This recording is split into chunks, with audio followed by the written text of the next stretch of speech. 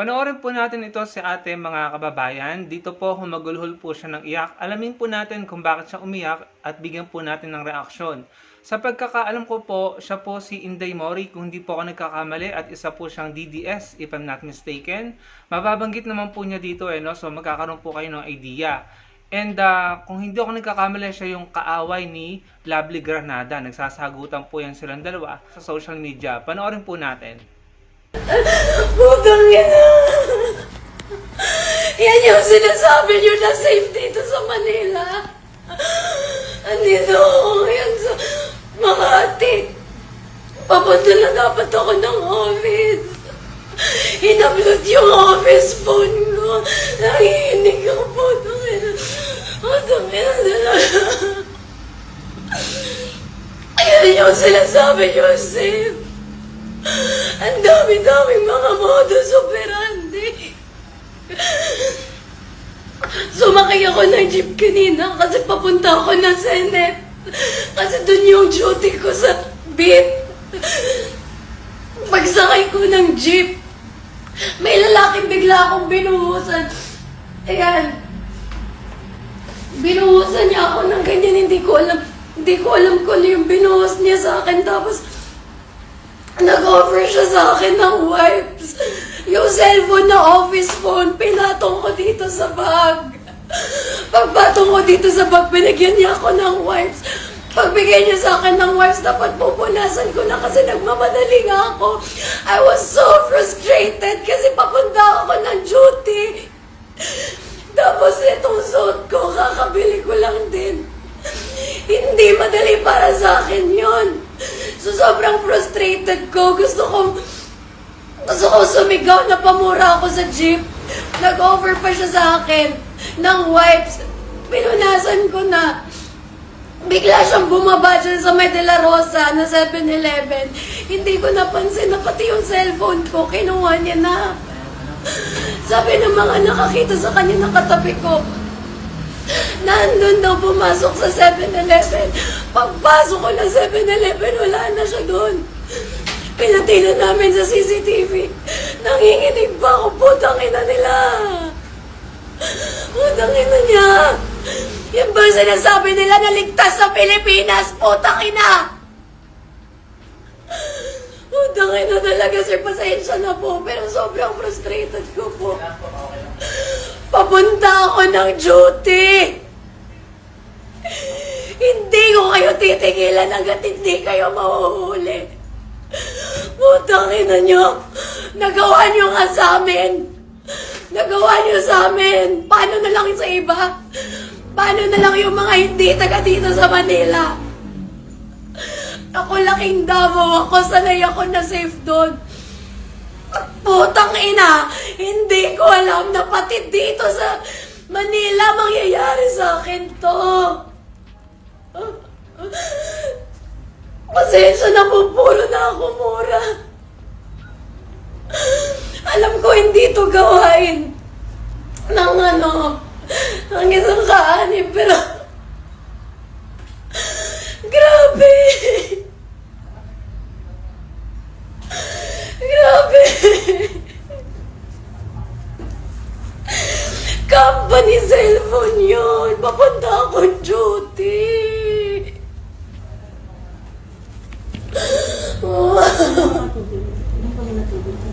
Ang nanginginig ako. Hindi ko.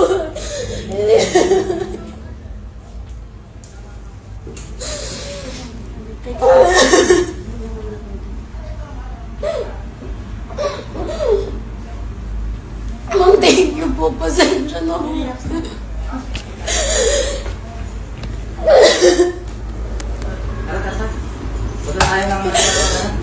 Okay mga kababayan, maging maingat po tayo at sensitive sa ating mga komento. Ganon din po sa aking magiging reaksyon.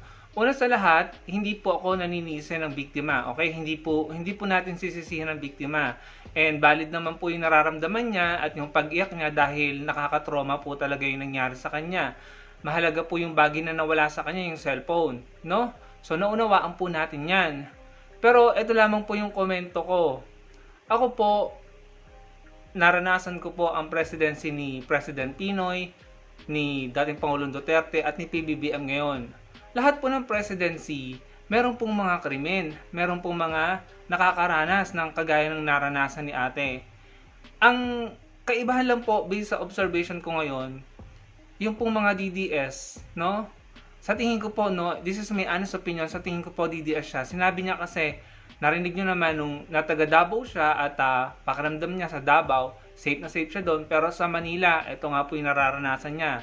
She felt unsafe. Valid naman po yan kung yan talaga yung nararanasan niya. And then, may na-mention siya na kaanib siya, na hindi daw gawain ng kaanib yung magmura na magmura. Yun po yung pagkakaunawa ko nung sinabi niya yun.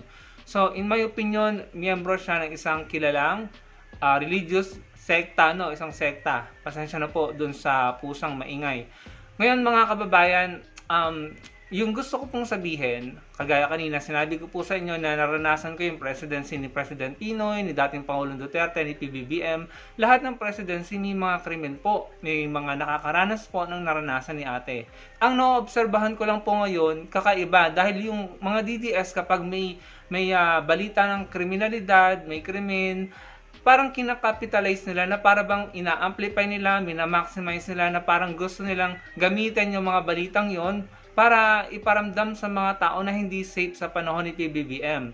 Well, in reality, at saka to be fair, lahat naman po ng presidency may mga ganyan pong balita at may mga nakaranas ng ganyan. Again, hindi po natin ini-invalid yung naramdaman ni ate, no? Karapatan po niya ma-prostrate at magalit dahil siya po yung nabiktima. Pero yung pong kanyang pagrarant sa akin pong palagay ay nahaluan po ng politika. Nasabi niya na safe sa Davao City, pero sa Manila hindi. Yun po yung pagkakaunawa ko. And then, yung tono po ba na parang pinapalabas na hindi totoo yung sinasabi po ng mga otoridad na safe po ngayon, na mas safe ngayon, no? Sa totoo lang naman, noong panahon din ni dating Pangulong Duterte, marami din naman ganyan. Kung maaalala nyo po, may namasaker, merong isang batang babae sa Cebu na binalatan pati muka, at kung ano-ano pa pong krimen na naganap. Dati nga, kung ako po tatanungin nyo, mas talamak po ang riding in tandem noong panahon ni dating Pangulong Duterte kumpara ngayon kay PBBM. And hindi ko rin po sasabihin na malinis at maayos noong panahon ni President Pinoy dahil marami din naman po talagang krimen. Yun nga lang, tayo po bilang mga Pilipino, alam po natin talaga parang parte na ng society natin yan, ng lipunan, yung mga kriminalidad at saka yung mga kriminal. Kaya dapat po talaga magtulong-tulong tayo dito para masawata ang mga yan. Pero ako po, hindi ako naniniwala na yung paraan ni dating Pangulong Duterte ang tatapos sa kriminalidad kasi hindi naman po talaga natapos, no? Alam po natin pare-pareho ang naging resulta. Ngayon, ang sa akin lang, huwag naman sanang gamitin ang mga balita patungkol sa krimen para papangitan ng imahe ng kasalukuyang administrasyon. Yun po kasi yung nagiging observation ko dyan kapag merong krimen, sasabihin, nasan yung sinabi ni Secretary John B. Cromulya na safe ngayon sa panahon ni PBBM, diba? Parang kung magsalita ay walang nangyaring krimen sa panahon ni dating Pangulong Duterte na parang ang galing-galing at ang linis-linis. Pero in reality, marami rin naman. Hindi po ba mga kababayan? Pwede nating halongkatin yan, isa-isahin. Ang sa akin lang sana, valid yung kanyang paglalabas ng sama ng loob at yung pag-iyak niya dahil siya po yung nakaranas ng hindi magandang karanasan at siya yung nawalan ng mahalagang bagay na ginagamit niya sa trabaho. Valid yun. Pero sana wag nang haluan ng politika dahil wala namang may gusto sa nangyari sa kanya. Walang may gusto na manakawan siya ng cellphone. At pare-pareho po nating ayaw ng mga kriminal, mga kababayan. Pare-pareho naman po tayong gustong mamuhay ng payapa at ligtas. No? So, wag po ninyong sabihin na safe sa ganitong city hindi. Dahil nahahaluan na po ng politika ang inyong paglalabas ng sama ng loob. And wag nyo rin pong sabihin na para bang sinasabi nyo na sinisisi nyo ang gobyerno at ang mga otoridad na sinasabi nyo. Akala ko ba sinasabi nyo safe ngayon, ganito ganyan. Hindi naman po porket sinabing safe ay talagang completely eradicated na po ang crime. Hanggat may kahirapan, hanggat may korupsyon, hanggat may problema sa edukasyon, hanggat merong pong masasamang ehemplo sa lipunan, merong addiction, hindi mawawala ang kriminalidad. Kaya nga hindi po sapat ang kamay na bakal at malupit na pamamahala. Ito po ay marami pong ugat ang kriminalidad na dapat pong i-address para po tuluyang mawala ang krimen. No? So, yung tipong parang sisisihin ang pamahalaan dahil sa nangyari sa'yo, hindi naman kasalanan ng pamahalaan yan. Very much like I said, wala pong may gustong mangyari yan. At ginagawa naman po ng pamahalaan ng best niya para as much as possible, mawala na ng tuluyan ang mga masasamang ehemplo ng krimen dito sa bansa natin. Nakakalungkot yung nangyari sa kanya. Lahat tayo nakikisimpatya sa kanya. Pero sana wag nang haluan ng politika, no? Noong panahon po ni President Era, panahon ni GMA, panahon ni President Pinoy, panahon ni PRRD, panahon ni PBBM, lahat po may krimen pero hindi ko po sisisihin sila eh. As long as nakikita ko na ginagawa naman nila yung trabaho nila, yung best nila para mapababa ang bilang ng krimen, para po sa akin, hindi na po dapat sila sisihin. Although nagkakapagsalita pa ang gobyerno na mas maganda ngayon, mas safe ngayon, hindi po ibig sabihin na totally eradicated na, no? Nung panahon ni President Erap, hindi naman natin siya sinisi. Yung gobyerno niya, hindi natin sinisi kapag may nababalitaan tayong krimen. Ganon din kay dating Pangulong Duterte. Wala namang nagsabi na, akala ko ba safe na ngayon? Akala ba namin effective ang kamay na bakal? Every time na makakabalita tayo ng riding in tandem noon, hindi naman tayo nanisa ng gobyerno. No? Siguro merong iba, pero mali po yun. At ngayon, dapat hindi rin po natin basta-basta sinisisi ang gobyerno, lalo pat ginagawa naman nila ang trabaho nila. Mawawala lang talaga ang krimen kung 1:1 po ang ratio ng polis sa civilian. Kung bawat civilian ay mababantayan ng bawat isang polis, kapag 1:1 ang ratio, for sure, zero ang kriminalidad dyan. Kasi bawat polis may nakabantay sa bawat civilian eh, hindi po ba mga kababayan? So, ang sa akin lang, valid yung kanyang paglalabas ng sama ng loob, pero sana wag nang haluan ng politika dahil wala pong may kasalanan dito.